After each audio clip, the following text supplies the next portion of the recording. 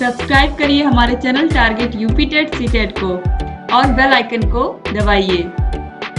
Hello friends, मैं रेनू स्वागत करती हूँ आप सभी भावी अध्यापक एवं अध्यापिकाओं का आपके अपने channel target UP TET CTET में। दोस्तों, आज की इस वीडियो में हम पढ़ने वाले हैं कार्बन के क्रिस्टलीय रूप, कार्बन के अक्रिस्टलीय रूप। इसके अलावा दोस्तों यहाँ पर आज हम पढ़ने वाले हैं कोल गैस क्या है, इसके अलावा संक्षारण किसे कहते हैं आप देख सकते हैं, और इसके अलावा कुछ क्वेश्चंस भी हम सॉल्व करने वाले हैं दोस्तों। तो चलिए देखते हैं। सबसे पहले हम यहाँ पर कार्बन के अक्रिस्टलीय रूप कौन कौन से होते हैं दोस्तों। यहाँ पर आप देखिए, चारकोल नामक अपशिष्ट पदार्थ किसी ठोस कार्बनिक पदार्थ को वायु की अनुपस्थिति में गर्म करने पर प्राप्त होता है। पौधों की लकड़ी, जंतुओं की अस्थियों को वायु की अनुपस्थिति में गर्म करने पर संरद्र ठोस पदार्थ प्राप्त होता है। इस प्राप्त पदार्थ को चारकोल कहते हैं। चारकोल प्राप्त करने की यह क्रिया भंजक आसवन कहलाती है, यानी कि भंजक आसवन के द्वारा हम क्या करते हैं, चारकोल प्राप्त करते हैं। पौधों की लकड़ी और जंतुओं की अस्थियों को वायु की अनुपस्थिति में गर्म करने पर हमें चारकोल प्राप्त होता है। दोस्तों, चारकोल जो है यहाँ पर हम पढ़ेंगे, जो पहला रूप है इसका वह जंतु चारकोल है, दूसरा है सुगर चारकोल। तो सबसे पहले हम जंतु चारकोल के विषय में पढ़ेंगे। जंतु चारकोल क्या होता है?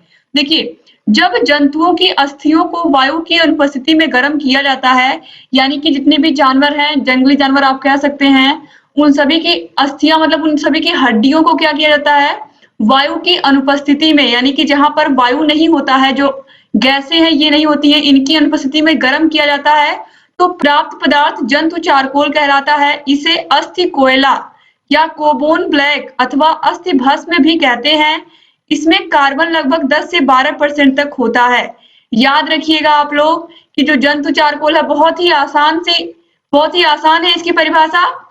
जब जंतुओं की अस्थियों को, यानी कि जो जीव जंतु होते हैं, उनकी हड्डियों को वायु की अनुपस्थिति में क्या किया जाता है, गर्म किया जाता है, तो जो पदार्थ हमें प्राप्त होता है वह जंतु चारकोल होता है। ठीक है, आप देखिए सुगर चारकोल, यह कार्बन का अक्रिस्टलीय अपर रूप है।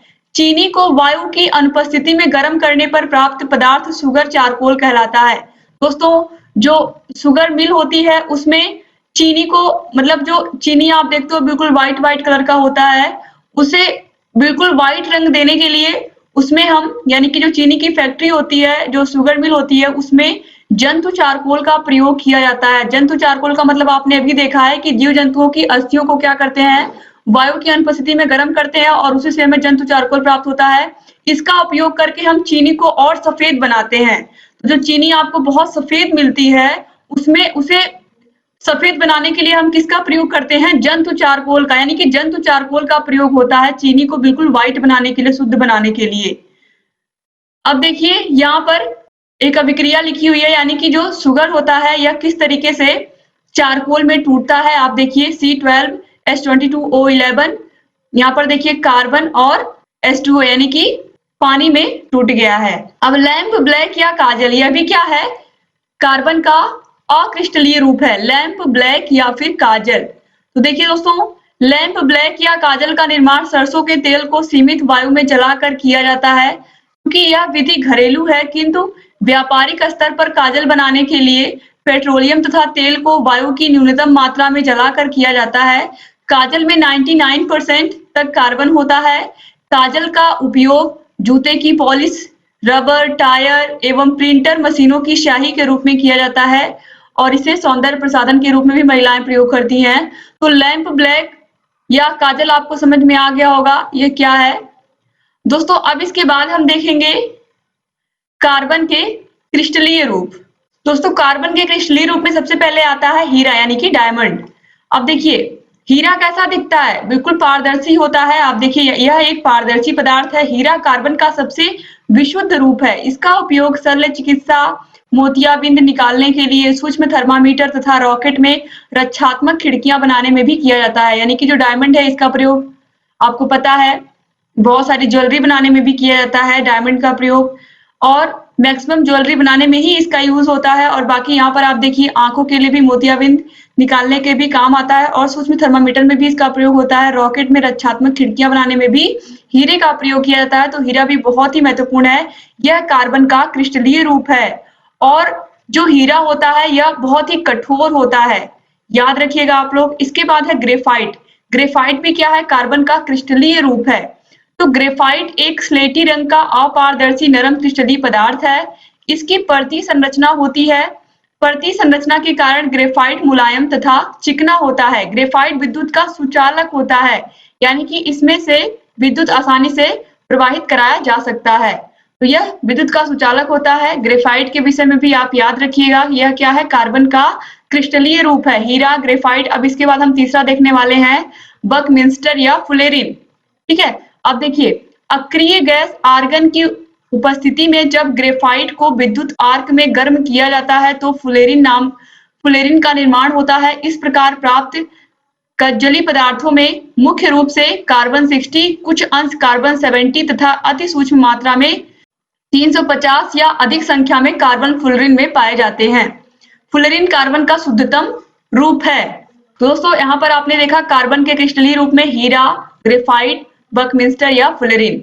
अब इसके बाद हम देखेंगे कोल गैस किसे कहते हैं, 2017 में पूछा गया है। तो कोल गैस कोयले के भंजक आसवन द्वारा बनाई जाती है। याद रखिएगा एक लाइन, कोल गैस कैसे बनती है, कोयले के भंजक आसवन से बनाई जाती है। इसमें 45% hydrogen, 35% methane, 8% carbon monoxide, 4% hydrocarbon, 2% nitrogen तथा 6% कार्बन डाइऑक्साइड आदि गैसों का मिश्रण होता है। तो जो कोल गैस है इसमें ढेर सारी गैसों का मिश्रण है यह, और यह कोयले के भंजक आसवन से प्राप्त किया जाता है।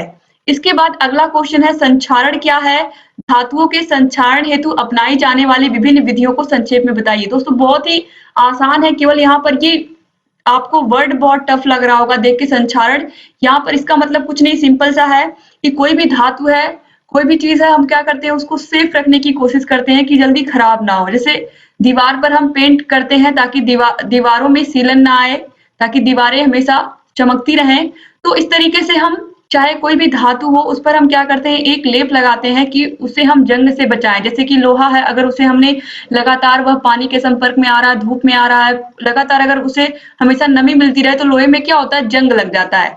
और अगर उसी लोहे का हम गैल्वेनीकरण कर दें, यानी कि उस पर एक परत चढ़ा दें और उस परत की वजह से उसमें जंग ना लगे, उस पर हम पेंट लगा दें। अगर हमने पेंट कर दिया है लोहे पर तो उस पर जंग नहीं लगेगा। इस तरीके से यहाँ पर यही बताया गया है कि धातुओं को किस तरीके से हम सुरक्षित रख सकते हैं। तो संक्षारण का मतलब ये होता है कि कैसे हम धातुओं को सुरक्षित रखें। तो धातुओं के संक्षारण के लिए, धातुओं को सुरक्षित रखने के लिए कौन कौन सी विधियां अपनाई जाती हैं, इसी के विषय में यहाँ पर हम पढ़ेंगे। ठीक है, अब देखिए, किसी भी धात्विक उत्पाद के उत्पादन में प्रयुक्त धातु की वायु या नमी की उपस्थिति में रासायनिक क्रिया के फलस्वरूप धीरे धीरे धातु का क्षय होने लगता है। धातु क्षय होने लगता है या धातु धीरे धीरे अपने आप खराब होने लगता है। इस प्रक्रिया को संक्षारण कहते हैं। संक्षारण से धातुओं की संपीड़न तथा तनन क्षमता धीरे धीरे नष्ट हो जाती है। यानी कि जो संक्षारण होता है इससे क्या हो जाती है, धीरे धीरे उस वस्तु की जो वास्तविक चमक होती है वह नष्ट हो जाती है। तो हमें क्या करना है, उन्हें बचाना है, संक्षारण से बचाना है, यानी कि उन्हें सुरक्षित रखना है।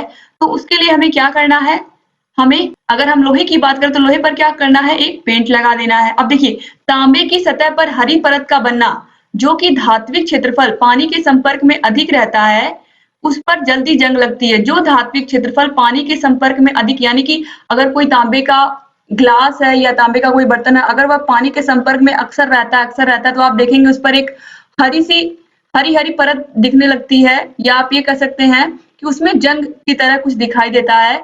तो इस तरीके से जो तांबे की सतह पर हरी परत का बनना है, यह क्या है, एक तरीके से उसमें जंग लगने के समान ही है। तो किस तरीके से हम इन धातुओं को सुरक्षित रख सकते हैं, कैसे इन्हें बचा सकते हैं, तो चाहे हम लोहे की बात करें तो उस पर पेंट चढ़ा करके, इसी प्रकार हम तांबे को भी सुरक्षित रख सकते हैं। तो यहाँ पर देखिए, यहाँ पर लिखा हुआ है, यह लाल पपड़ी के समान होती है। आपको पता है जो तांबे का कलर होता है वो कैसा होता है, वह देखने में लाल या ऑरेंज कलर में होता है। तो संक्षारण का मतलब आप लोग याद रखिएगा कि किस तरीके से जो धातु होती है उसका धीरे धीरे क्षरण होने लगता है या धीरे धीरे वह खराब होने लगती है, और कैसे उसे हम वापस सुरक्षित रख सकते हैं गैल्वेनीकरण प्रक्रिया के द्वारा। तो इस तरीके से यहाँ पर आपने संक्षारण के विषय में पढ़ा। दोस्तों संक्षारण के विषय में एक बार फिर से मैं बता दूं कि जब भी कोई धातु खराब होने लगती है, उस पर जंग लगने लगती है, तो हम उस प्रक्रिया को संक्षारण कहते हैं। और संक्षारण से बचाने के लिए, संक्षारण से बचाने के लिए हम क्या क्या विधियां प्रयोग में लाते हैं कि उनका क्षरण ना हो, नष्ट ना हो, जो उनकी क्वालिटी है वह क्वालिटी बनी रहे। अब इसके बाद देखिए रासायनिक परिवर्तन किसे कहते हैं। रासायनिक परिवर्तन और भौतिक परिवर्तन ऑलरेडी मैंने आप लोगों को बताया है।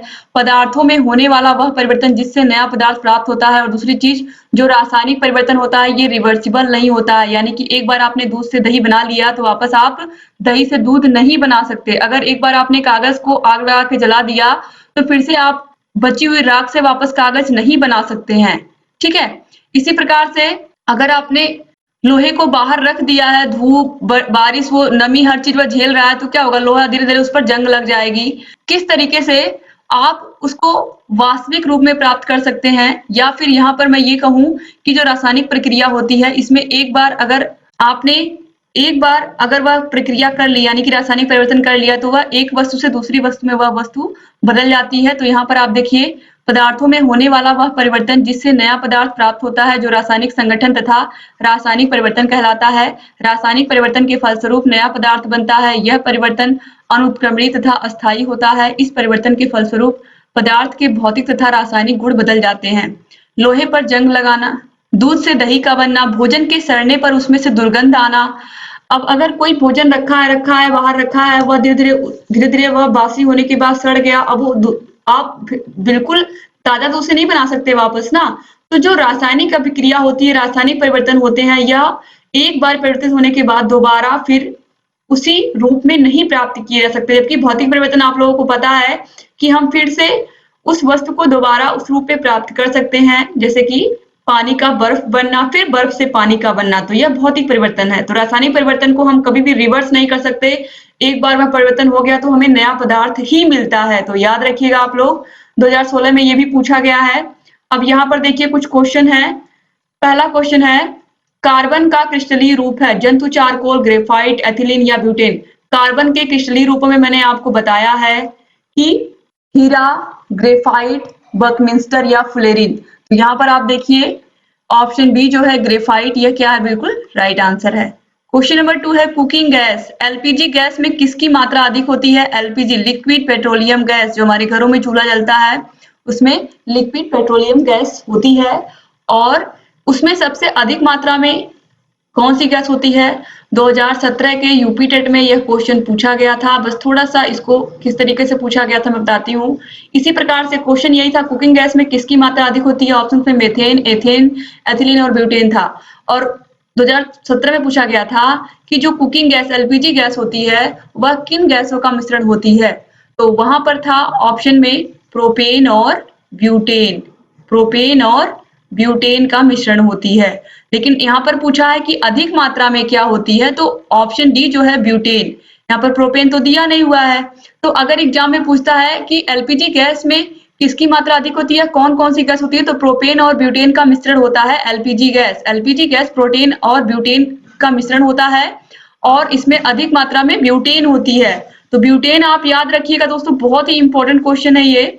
इसके बाद क्वेश्चन नंबर 3 है, निम्नलिखित में से सबसे अधिक कठोर कौन है। ग्रेफाइट, हीरा, कोयला, जंतु चारकोल। मैंने आपको बताया अभी क्लास में कि हीरा सबसे कठोर धातु है।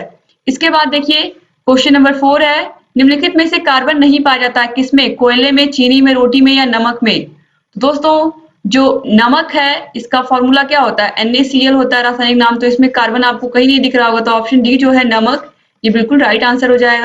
क्वेश्चन नंबर 5 है, प्रकृति में कार्बन पाया जाता है केवल मुक्त अवस्था में, केवल यौगिकों में, मुक्त एवं यौगिक दोनों में या उपयुक्त में से कोई नहीं। दोस्तों प्रकृति में कार्बन पाया जाता है मुक्त एवं यौगिक दोनों अवस्थाओं में। तो ऑप्शन सी जो है ये बिल्कुल सही है और मैंने आपको बताया भी है ये। तो इस तरीके से यहाँ पर ये पूरा चैप्टर आपका आज समाप्त होता है, कार्बन और उसके यौगिक। इसके बाद हम नेक्स्ट चैप्टर पढ़ेंगे संक्रामक और असंक्रामक रोगों के विषय में, और वो भी आपको पढ़ने में बहुत मजा आने वाला है, क्योंकि वो भी मैं बहुत ही अच्छे से आपको पढ़ाने वाली हूँ। सारी चीजें आपको अच्छे से समझ में भी आने वाली हैं। तो ये वीडियो आपको कैसा लगा आप लोग जरूर कमेंट करके बताइएगा। यहाँ आपको आई बटन पर क्लिक करके आपके फर्स्ट पेपर शैक्षिक मूल्यांकन क्रियात्मक शोध एवं नवाचार की सभी वीडियोस मिल जाएंगी। पूरा मैंने पढ़ा के खत्म कर दिया है। सेकंड पेपर समावेशी शिक्षा की भी सारी वीडियोस मिल जाएंगी। इसके अलावा आप लोगों का विज्ञान विषय हम पढ़ा रहे हैं, हिंदी विषय भी, SST यानी कि सामाजिक विज्ञान भी हम लोग पढ़ा रहे हैं, कंप्यूटर पढ़ा रहे हैं, मैथ पढ़ा रहे हैं। हर एक विषय की यहाँ पर क्लासेस चल रही हैं। हर विषय को आप पढ़िए, अपनी तैयारी को बेहतर बनाइए। दोस्तों डिस्क्रिप्शन बॉक्स और कमेंट बॉक्स में भी आपको सभी विषयों की लिंक मिल जाएगी कमेंट बॉक्स में भी जा करके आप सभी विषयों की लिंक पर क्लिक करके वीडियोस को देख सकते हैं। और अगर अभी तक आपने चैनल को सब्सक्राइब नहीं किया है तो प्लीज सब्सक्राइब कर दीजिए और बेल आइकन को भी प्रेस कर दीजिए ताकि हम जो भी नई वीडियोस बनाते हैं उन सभी का नोटिफिकेशन आप लोग के पास समय से जाए और आप हमारे सभी वीडियोस को ऐसे ही देखते रहें। उम्मीद करती हूँ दोस्तों आप लोग चैनल से ऐसे बने रहेंगे और अगर अभी तक आपने ज्वाइन बटन को ज्वाइन नहीं किया तो प्लीज ज्वाइन बटन को क्लिक करके ज्वाइन कर लीजिए। सब्सक्राइब के बगल में ही है। ज्वाइन बटन को क्लिक करने के बाद आपको सभी विषयों की नोट्स हम देंगे और आप व्यक्तिगत रूप से भी किसी भी समस्या का समाधान हमसे प्राप्त कर सकते हैं। एक बार फिर से आप सभी भाई बहनों का बहुत बहुत शुक्रिया। मिलते हैं नेक्स्ट वीडियो में, तब तक अपना ख्याल रखिएगा, आप लोग अपने परिवार का ख्याल रखिएगा और हमारे चैनल से ऐसे ही बने रहिएगा और वीडियो को लाइक करके जाइएगा दोस्तों और अपने फ्रेंड्स को भी शेयर कर दीजिएगा व्हाट्सएप ग्रुप में, कॉलेज का ग्रुप जहां पर भी होगा, ताकि अधिक से अधिक प्रशिक्षु हमसे जुड़ सके। एक बार फिर से आप सभी का बहुत बहुत धन्यवाद दोस्तों। मिलते हैं नेक्स्ट वीडियो में। जय हिंद दोस्तों।